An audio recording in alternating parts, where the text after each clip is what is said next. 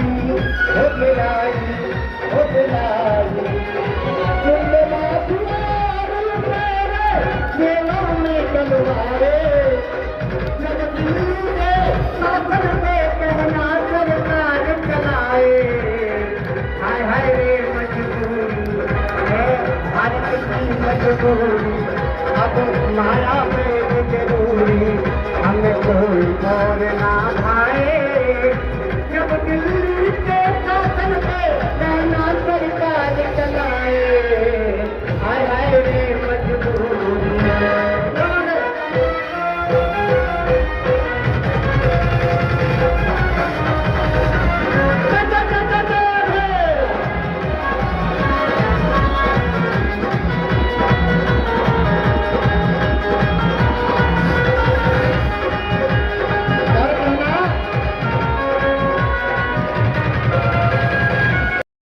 गर्मी में यहाँ पर अपने महबूबा नेता को सुनने के लिए अपने तमाम परेशानियों को उठा करके यहाँ पर आया है, मैं उसका अभिनंदन वंदन और नमन करता हूँ। आप सबका अभिनंदन वंदन नमन करता हूँ। आप सबसे एक बात कहना चाहता हूँ, ये मैनपुरी लोकसभा का चुनाव ये दलों का चुनाव नहीं है, ये मैनपुरी लोकसभा का चुनाव 3 सभ्यताओं का चुनाव है, 3 संस्कारों का चुनाव है। एक चुनाव है बोल मुलायम बोल, हल्ला बोल हल्ला बोल। जब भी मुलायम बोले तब हल्ला बोले। हल्ला कहाँ बोले? उनके गुर्गों ने जमीन पर, दुकान पर, मकान पर कब्जा किया, हल्ला बोला। माँ बहन बेटियों की इज्जत पर हल्ला बोला, मोटरसाइकिलों पर हल्ला बोला, ट्रैक्टरों पर हल्ला बोला। तो एक तरफ पूरा हल्ला बोल है और परिवारवाद है।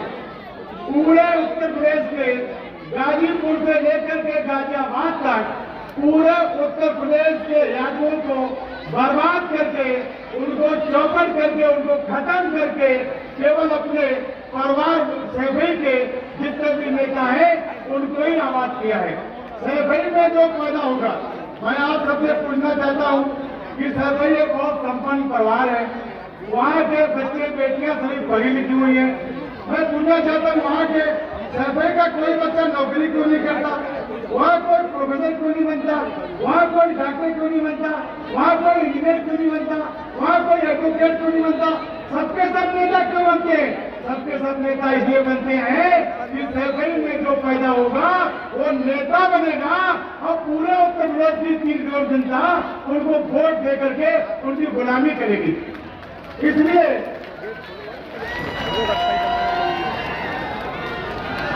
मैं यहाँ पर उपस्थित एक बात और कहना चाहूंगा। बहन मायावती जी ने हमेशा यादव का समर्थन किया है। मैं आप सबसे ये अपील करता हूँ, हमारी नेता हमारे बीच में है, मैं आप सबसे अपील करता हूँ कि हाथी के निशान पर बटन दबा करके भारी बहुमत से हमारे सभी प्रत्याशियों को करने का काम करें। बहुत बहुत धन्यवाद। जय हिंद। हमारे साथियों, आज हमारे आप देख सकते हैं ये कुमारी मायावती जी उतर रही है। हेलीकॉप्टर आ चुका है, हेलीकॉप्टर के साथ साथ नीचे उतरने का प्रयास धुआं उड़ा दिया गया है। देख सकते हैं आप। Bahujan Samaj party, Bahujan Samaj party, Bahujan Samaj party, कुमारी मायावती जी जिंदाबाद, बहन कुमारी मायावती जी जिंदाबाद, अन्य बहन कुमारी मायावती जी जिंदाबाद। जी आप संघर्ष करो, जी आप संघर्ष करो। बाबा साहब डॉक्टर भीमराव अम्बेडकर अमर रहे, बाबा साहब डॉक्टर BR अम्बेडकर अमर रहे, बाबा श्री काशीराम साहब अमर रहे, बाबा श्री काशीराम साहब अमर रहे।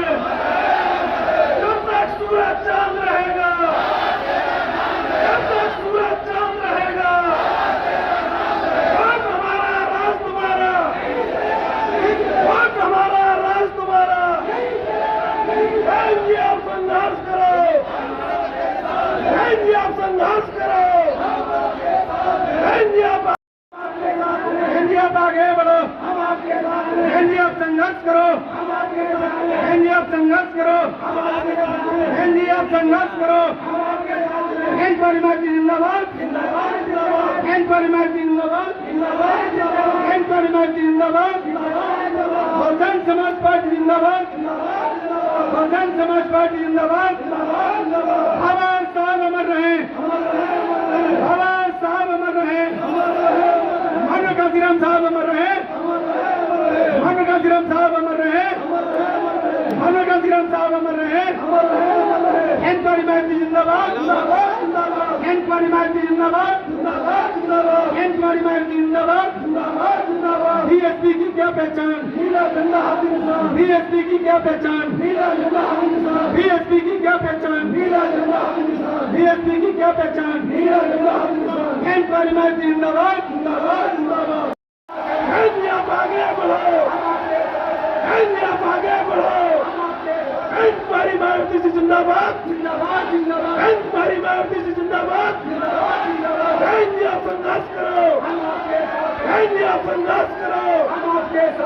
सर्व समाज के सम्मान में, सर्व समाज के सम्मान में मैदान में बीएसपी की क्या पहचान, बीएसपी की क्या पहचान।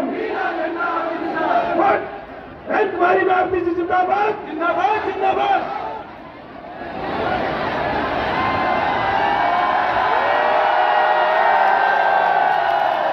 साथियों, बहुजन समाज पार्टी की राष्ट्रीय अध्यक्ष, उत्तर प्रदेश की 4 बार मुख्यमंत्री रह चुकी पूर्व सांसद, करोड़ों कमजोर मजलूम बेसहारा दिलों की आवाज आदरणीय बहन कुमारी मायावती जी हमारे बीच में पहुंच चुकी है। मेरी आप लोगों से पुरजोर अपील है कि उनका खैर मकदम करें, स्वागत करें। और अब मैं गुजारिश करूंगा बहुजन समाज पार्टी के मैनपुरी लोकसभा से प्रत्याशी शिव प्रसाद यादव जी, फिरोजाबाद लोकसभा से बहुजन समाज पार्टी के प्रत्याशी श्री चौधरी बशीर साहब, एटा लोकसभा से बहुजन समाज पार्टी के प्रत्याशी श्री मोहम्मद इरफान एडवोकेट साहब, ये आदरणीय बहन जी को तीनों साथी सोने का मुकुट पेश करके उनका सम्मान करें।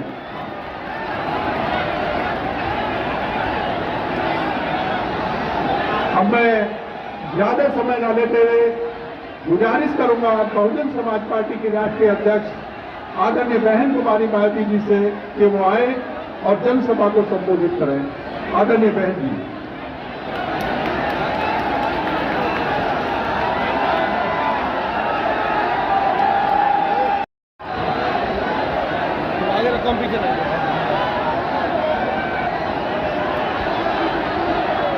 बीएसपी की इस चुनावी जनसभा में इकट्ठा हुए पार्टी के सभी छोटे बड़े पदाधिकारी एवं कार्यकर्तागण, आज आप लोग देश में व यहाँ आपके उत्तर प्रदेश स्टेट में भी लोकसभा के लिए हो रहे आम चुनाव में अपनी पार्टी के उम्मीदवारों के समर्थन में मुझे सुनने के लिए यहाँ इकट्ठा हुए हैं, तो उसके लिए मैं आप सभी लोगों का हार्दिक दिल से आभार प्रकट करती हूँ। वैसे आप लोगों को ये मालूम है कि हमारी पार्टी, वैसे आप लोगों को ये मालूम है कि हमारी पार्टी ये चुनाव कांग्रेस, बीजेपी व अन्य किसी भी विरोधी पार्टी तथा गठबंधन आदि के साथ मिलकर नहीं, बल्कि अकेले ही अपनी पार्टी के बलबूते पर पूरी तैयारी व दमदारी के साथ ये चुनाव लड़ेंगे। इसके साथ ही हमने टिकट बंटवारे के मामले में भी सर्व समाज के लोगों को उचित भागीदारी दी। जिनको कामयाब बनाने के लिए अपनी पार्टी के लोग पूरे जी जान से लगे और इस संबंध में मैं ये बताना चाहूंगी कि हमारी पार्टी ने खासकर आपके मैनपुरी लोकसभा की सीट से, इसके बगल में एटा लोकसभा की सीट से, फिरोजाबाद लोकसभा की सीट से, तो हमने जिनको भी चुनाव के मैदान में उतारा है, तो ये तीनों के तीनों उम्मीदवार अपने अपने क्षेत्रों में, और यहाँ मैनपुरी लोकसभा के भी उम्मीदवार जो यहाँ से चुनाव लड़े हैं, तो ये किसी को जिताने व हराने के लिए नहीं, बल्कि खुद रिकॉर्ड तोड़ वोटों के अंतर से चुनाव जीतने के लिए यहाँ चुनाव के मैदान में उतरे। विरोधी पार्टियां यहाँ प्रचार कर रही हैं मैनपुरी में कि बीएसपी तो किसी को जिताएगी, किसी को हराएगी, खुद जीतने वाली नहीं है, लेकिन उल्टा ही ना हो जाए।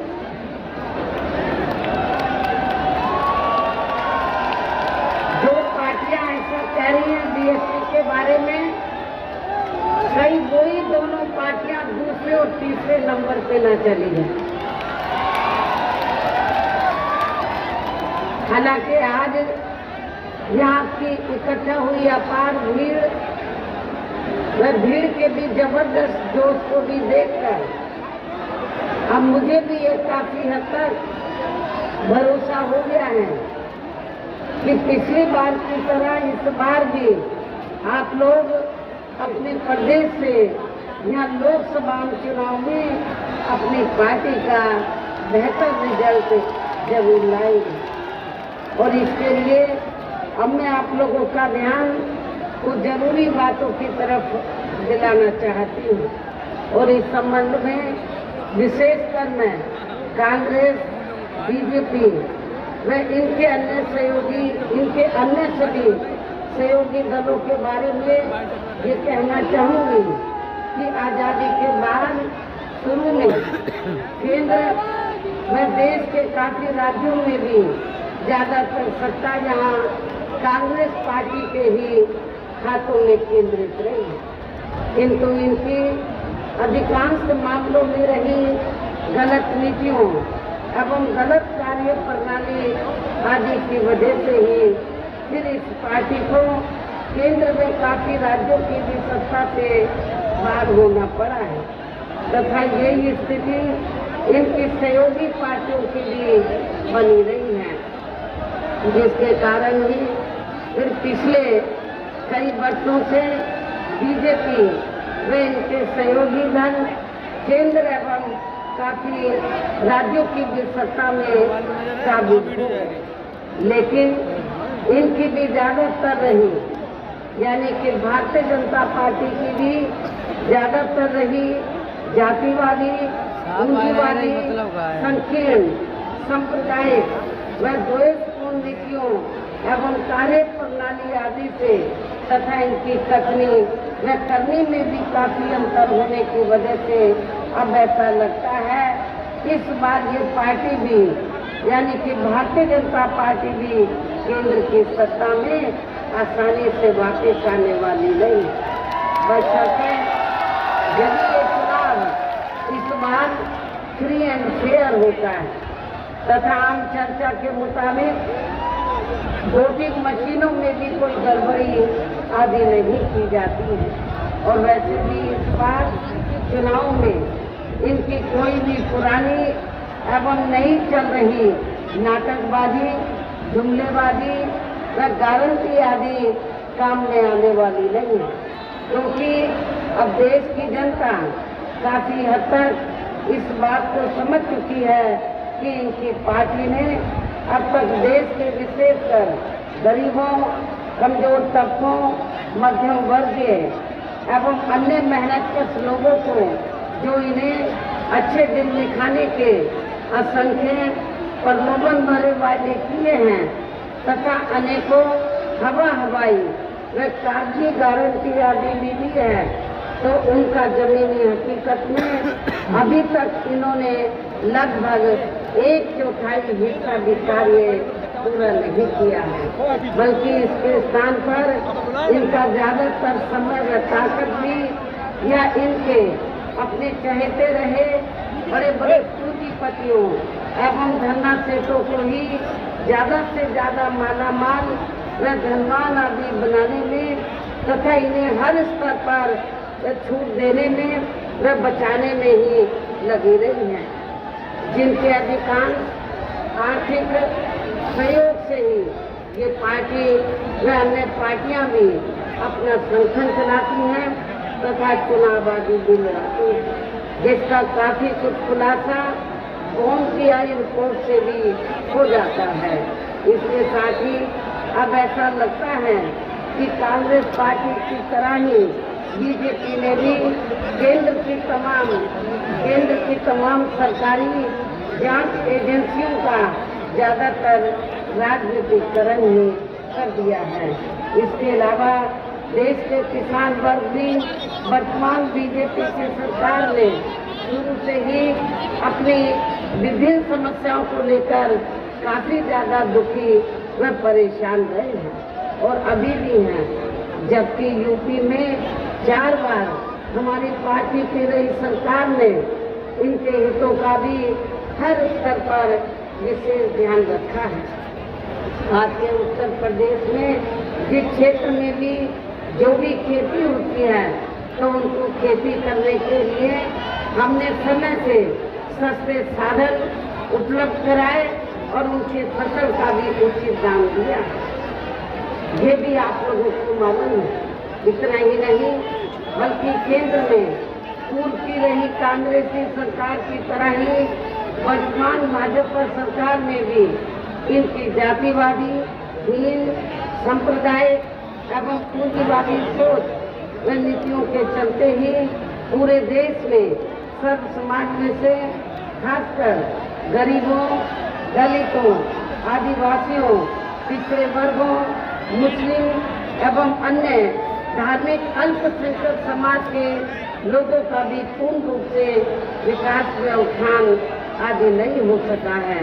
और इस संदर्भ में वैसे आप लोगों को ये मालूम है कि पूरे देश में यहाँ दलितों, आदिवासियों एवं अन्य पिछड़े वर्गों का सरकारी नौकरियों में वर्षों से अधूरा पड़ा आरक्षण का कोटा भी अभी तक पूरा नहीं भरा गया है। विशेषकर SC व ST वर्गों के सरकारी कर्मचारियों का पदोन्नति में आरक्षण भी अब काफी हद तक प्रभावहीन ही बना दिया गया है। और इससे भी ज्यादा दुख की बात यह है कि जब आपके उत्तर प्रदेश में समाजवादी पार्टी की सरकार थी तो इस सरकार ने तो इन वर्गों के कर्मचारियों का पदोन्नति में आरक्षण ही बिल्कुल खत्म कर दिया था। साथ ही केंद्र व राज्यों में भी विरोधी पार्टियों की रही सरकारों ने इन सभी वर्गों को प्राइवेट सेक्टर में आरक्षण दिए जाने की व्यवस्था किए बिना ही इनकी सरकारों के ज्यादातर सरकारी कार्य अब प्राइवेट सेक्टर के जरिए ही इनके बड़े बड़े पूंजीपतियों व धन्ना सेठों आदि को ही दिए जाने के कारण अब इनको पूरे देश में आरक्षण का बहुत कम ही लाभ मिल पा रहा है। इसी प्रकार इनका अन्य और मामलों में भी शोषण व उत्पीड़न आदि होना अभी तक भी बंद नहीं हुआ है। इसके साथ साथ मुस्लिम व अन्य धार्मिक अल्पसंख्यक समाज के लोगों की भी हालत हर स्तर पर यह काफी ज्यादा खराब व दयनीय ही बनी हुई है, जिसका काफी कुछ खुलासा बहुत पहले ही सच्चर कमेटी की रिपोर्ट में भी किया गया है। इतना ही नहीं बल्कि पिछले कुछ वर्षों से केंद्र व अधिकांश राज्यों में भी बीजेपी व RSS की सरकारों के चलते हुए अब इनका विकास एवं उत्थान आदि होना भी काफी हद तक बंद सही हो गया है। आए दिन इन पर खासकर हिंदुत्व की आड़ में हो रही जनजाति भी यह काफी ज्यादा चरम सीमा पर पहुंच चुकी है। इनके साथ साथ अपर छात्र समाज में से विशेषकर गरीब लोगों की भी हालत हमें कोई खास अच्छी नजर नहीं आती है। इनकी गलत कृषि नीतियों के कारण किसान वर्ग भी आए दिन आंदोलित ही रहता है। साथ ही इनकी गलत आर्थिक नीतियों की वजह से देश की अर्थव्यवस्था पर भी इसका काफी बुरा प्रभाव पड़ रहा है, जिससे यहाँ विशेषकर छोटे एवं मध्यम वर्गीय व्यापारी वर्ग भी काफी ज्यादा दुखी व परेशान है। और अब केंद्र में पूर्व की रही सरकारों की तरह ही वर्तमान भाजपा सरकार में भी या पूरे देश में गरीबी, बेरोजगारी एवं महंगाई आदि भी लगातार काफी ज्यादा बढ़ रही है। देश में हर स्तर पर फैला भ्रष्टाचार भी अभी तक खत्म नहीं हुआ है। साथ ही अपने देश की सीमाएं भी अभी तक पूरे तौर से सुरक्षित नहीं है। ये भी बड़ी चिंता की बात है। ऐसे में अब आप लोगों को देश में हो रहे लोकसभा चुनाव में कांग्रेस, बीजेपी व इनकी सहयोगी पार्टियों को भी केंद्र की सत्ता में आने से जरूर रोकना है। जिनकी गलत नीतियों व गलत कार्य प्रणाली आदि को आप लोग काफी हद तक